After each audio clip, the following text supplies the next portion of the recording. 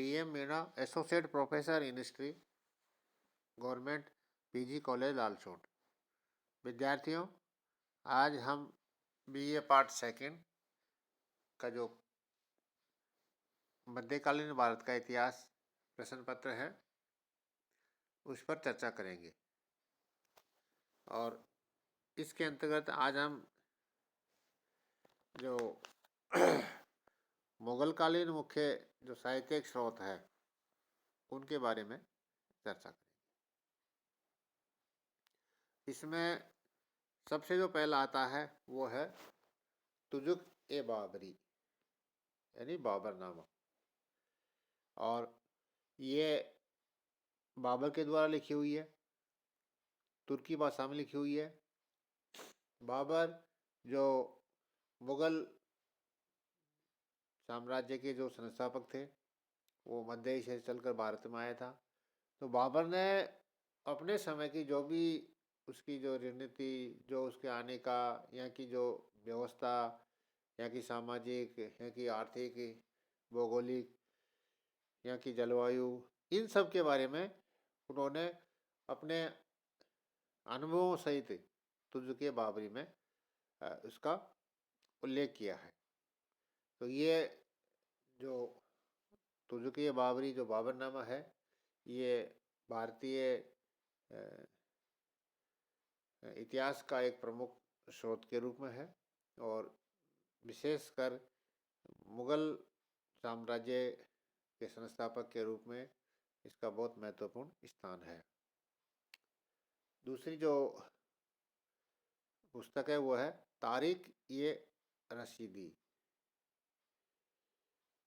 ये मिर्जा मोहम्मद हैदर तुगलक के द्वारा लिखा हुआ ग्रंथ है, और ये फारसी भाषा में लिखा हुआ है। इस ग्रंथ से हमें बाबर और हुमायूं दोनों शासनकाल की घटनाओं के बारे में जानकारी प्राप्त होती है। यानी जो तारिक-ए-रशीद है उसमें बाबर और हुमायूं के शासनकाल की जो गतिविधियां थी, जो घटनाएं थी, जो उनके प्रमुख कार्य थे, इन सब के बारे में हमें जानकारी तारिक-ए-रशीदी से प्राप्त होती है, और ये फारसी भाषा का लिखा हुआ ग्रंथ है। हुमायूंनामा, ये गुलबदन बेगम यानी हुमायूं की बहन थी, उसके द्वारा ये ग्रंथ फारसी भाषा में लिखा गया है, और इसमें भी हमें बाबर और हुमायूं दोनों के शासन की जानकारी हमें इसके अंदर मिलती है। तज़किरात उल वाक़ियात, ये भी फारसी भाषा का लिखा हुआ ग्रंथ है, और यह है जोहर आफ्ताबची के द्वारा लिखा हुआ ग्रंथ है, और इससे हम सूर्यवंश शेरशाह सूरी के शासन के बारे की जानकारी हमें मिलती है।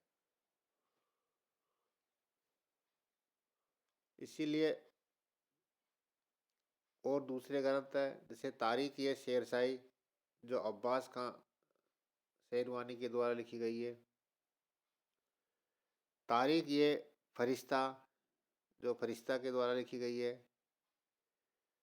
तारिक-ए-दाऊदी जो अब्दुल्ला के द्वारा लिखी हुई पुस्तक है। तो ये जो पुस्तकें हैं इन सब में सूर्यवंश के बारे में जानकारी मिलती है।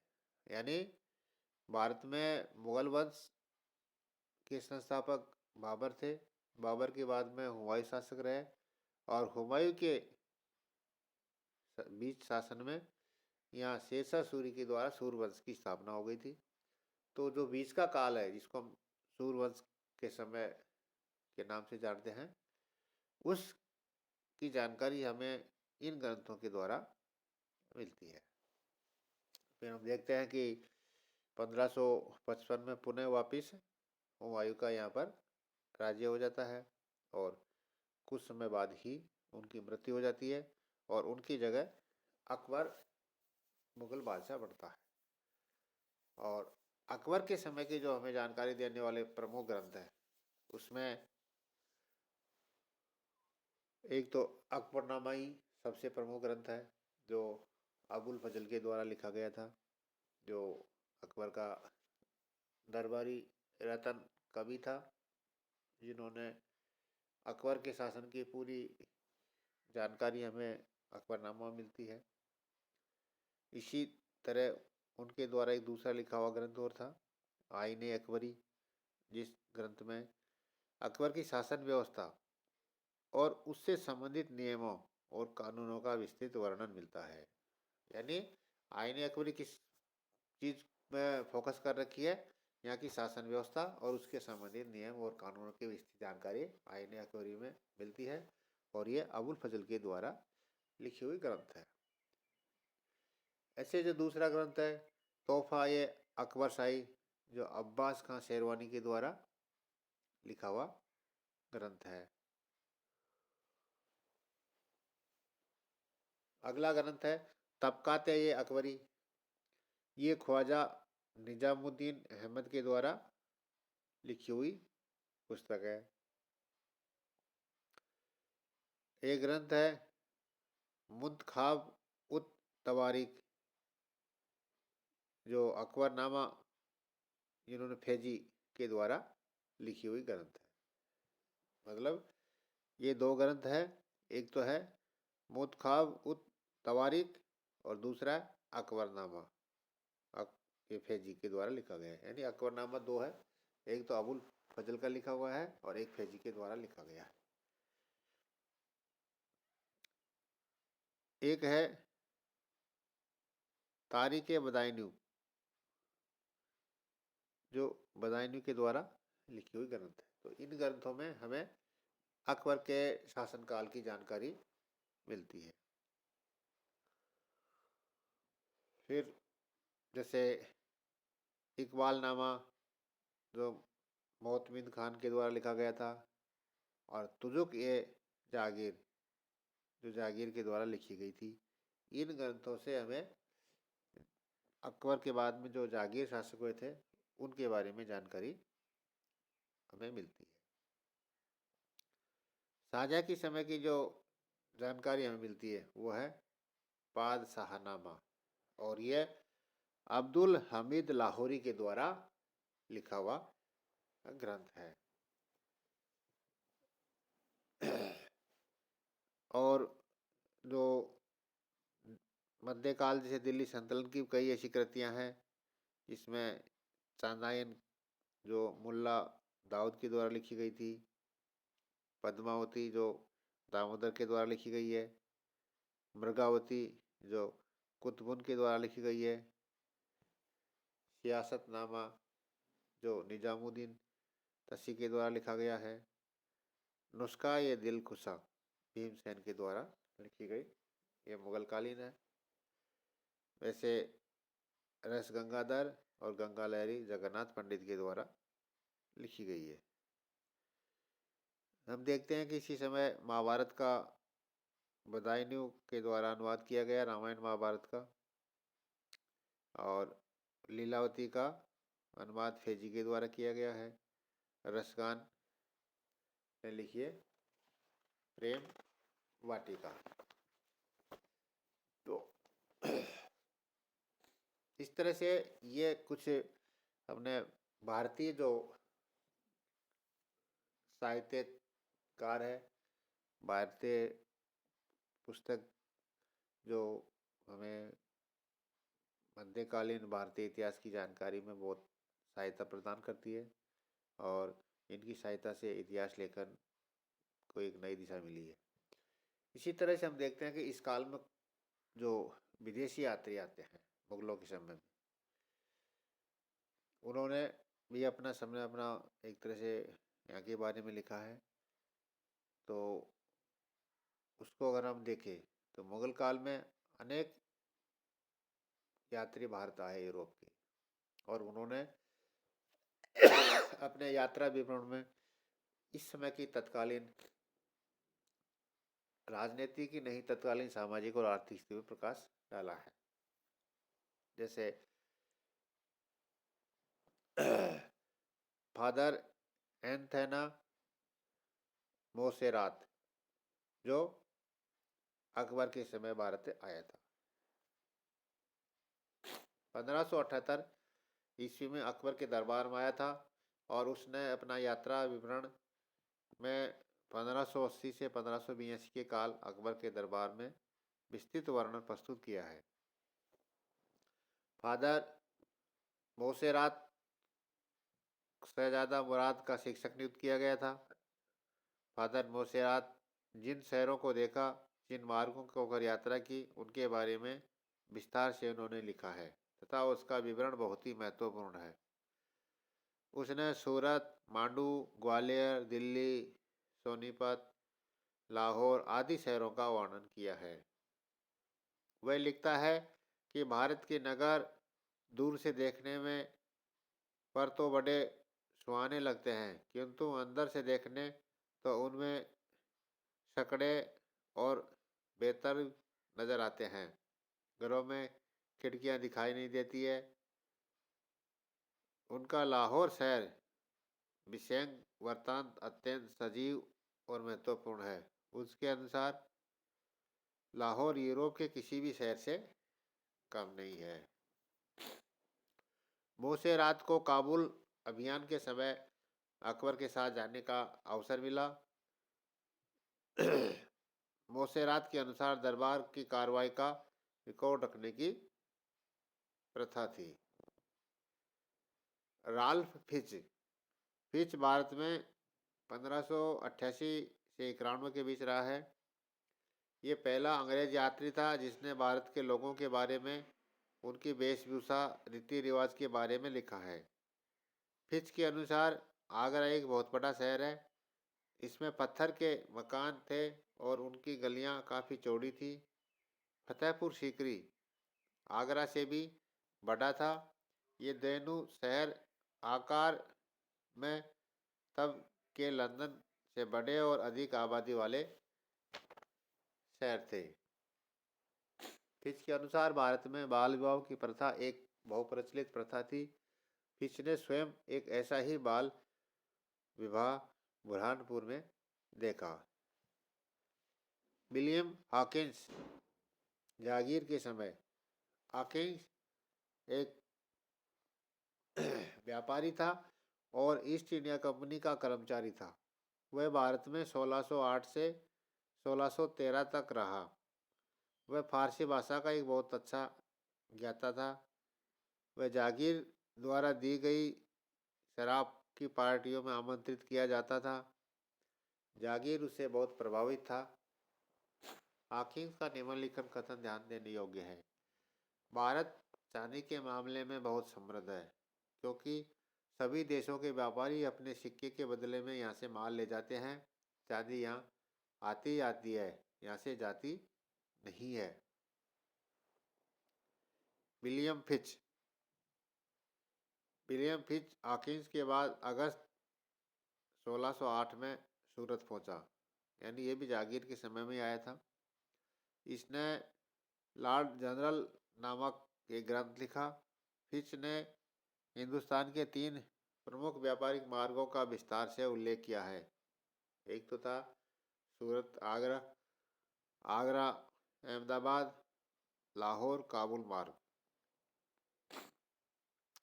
फिच ने जागीर के कार्यकलापों तथा ग्वालियर, रणथंभौर और रोहतास की राजकीय जेलों के बारे में दिलचस्प जानकारियां दी है।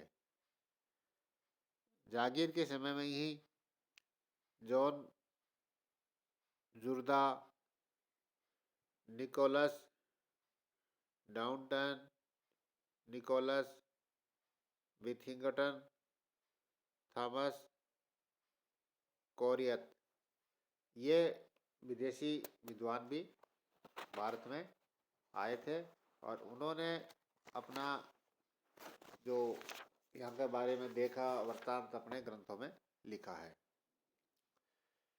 सर थॉमस रो 1615 से 1619 मुगल दरबार जहांगीर के समय में आया था और 1616 में मुगल दरबार में उपस्थित हुआ था। उसने बादशाह के साथ मांडू, अहमदाबाद, अजमेर जैसे स्थानों पर जाने का अवसर भी प्राप्त हुआ था। थॉमस रो ने मुगल दरबार तथा जागीर की अभिरुचियों के बारे में विस्तार से चर्चा की है। उसने खुसरो वाले प्रकरण का भी वर्णन किया है। वो लिखता है कि खुर्रम नूरजहां, आसफ खां और एतमादौला जो चाहते हैं वही होता है। वो सबके मालिक थे। उन्होंने ही मिलकर खुसरो के खिलाफ षड्यंत्र रचा है। Edward Terry. Terry sir Thomas Roe का पादरी था और वो रो के साथ ही 1617 में मांडू और फिर अहमदाबाद चला गया। विशेषकर मालवा और गुजरात के बारे में लिखा है। टेरी ने तत्कालीन सिक्कों के आकार, प्रकार तथा मूल्य आदि का विवरण दिया है।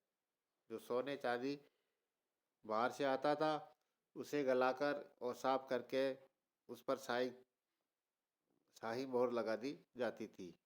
यहाँ के सिक्के दुनिया के किसी भी देश के सिक्के से अधिक शुद्ध होते थे। सिक्का रुपया कहलाता था।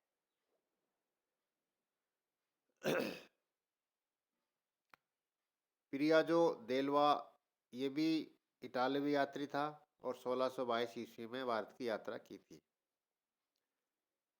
फ्रांसिस्को फलसाल्ट ये एक डच गुमास्ता था जो जागीर के काल में आगरा आया था। उसने भारतीय उपमहाद्वीप के अनेक स्थलों की सामाजिक आर्थिक परिस्थितियों का बहुत ही रोचक वर्णन किया है। गुजरात के बारे में लिखते हैं कि उन्होंने उत्पादन के अनेक केंद्र तथा उत्पादित कपड़े की अनेक किस्मों पटना और बंगाल जैसे दूरस्थ स्थानों से अथवा गुजरात के दक्षिण पश्चिम स्थित मालाबार के कच्चे माल से आयात के बारे में लिखा है। पलसाठ से नील के उत्पादन, विशेषकर बयाना में नील के उत्पादन के बारे में लिखा है। यहाँ जो तरीका नील उत्पादन के लिए अपनाया जाता थे उनके बारे में उपलब्ध जानकारी का उपयोग भारत में मध्यकालीन और ब्रिटिश कालीन तकनीकी से तुलना के लिए किया जा सकता है। Jean Baptiste Tavernier. Jean Baptiste Tavernier 17वीं शताब्दी का सर्वाधिक ख्याति प्राप्त यात्री था। पैसे से जौहरी था। शाहजहाँ के काल भारत में आया था और 1675 में उसका वृत्तांत न्यूवेल एलेस्पो दायू शेरिप्यो ग्रामदेश से प्रकाशित हुआ था। ट्रेवियर ने हिंदुस्तान के काफ़ी समय गुजारा। साथ ही उन्होंने हिंदुस्तान के लगभग सभी प्रमुख स्थानों का देखा। उन्होंने अपना यात्रा वृत्तांत में लिखा है। मुगल इतिहास के लिए अति महत्वपूर्ण है। ट्रेवियर का विवरण मुगल दरबार, सैन्य व्यवस्था आदि के संबंध में वास्तविक व सही जानकारी प्राप्त होती है। काजी तथा न्याय संचालन, चुंगी ग्रह आदि अधिकारियों के बारे में उसका विवरण अत्यंत महत्वपूर्ण है। वस्तुतः उसका वृत्तांत मुगल प्रशासक में अध्ययन के लिए एक महत्वपूर्ण दस्तावेज है। ट्रेवेनियर का वृत्तांत मुगल साम्राज्य के इतिहास के लिए विशेष रूप से आर्थिक इतिहास की जानकारी के लिए महत्वपूर्ण है। फ्रांसीसी बर्नियर। बर्नियर एक सुविख्यात फ्रेंच डॉक्टर थे।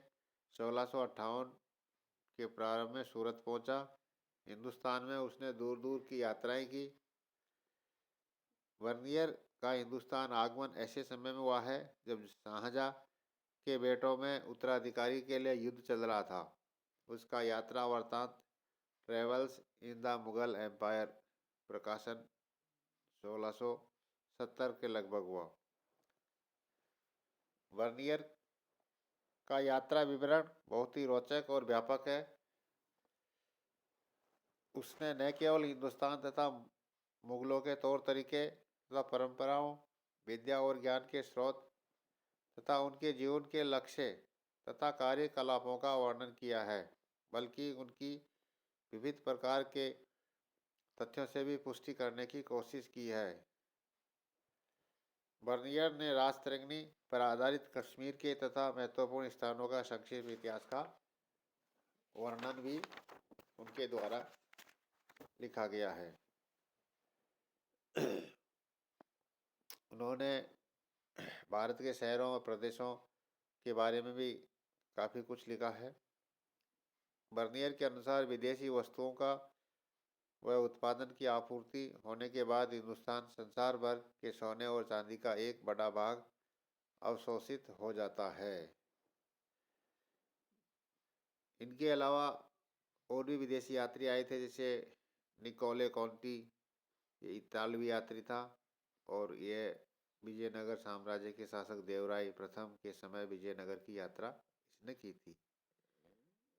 अब्दुल रज्जाक देवराय द्वितीय के समय में फारस का प्रसिद्ध राजदूत विजयनगर आया था, और उसने विजयनगर की समृद्धि और देवराय की भूरी भूरी प्रशंसा की है। नूनीज पुर्तगाली यात्री नूनीज प्रौढ़ देवराव के शासनकाल में भारत आया था। तो इस तरह से मध्यकाल में बहुत विदेशी भारत में आए, जिन्होंने भारत के बारे में बहुत कुछ लिखा, बहुत कुछ जानकारी प्रदान की। उन्होंने अपना जो यात्रा वृत्तांत लिखा, उसमें इसके बारे में जानकारी मिलती है। और आज का जो हमारा वीडियो है, इसको हम यहीं पर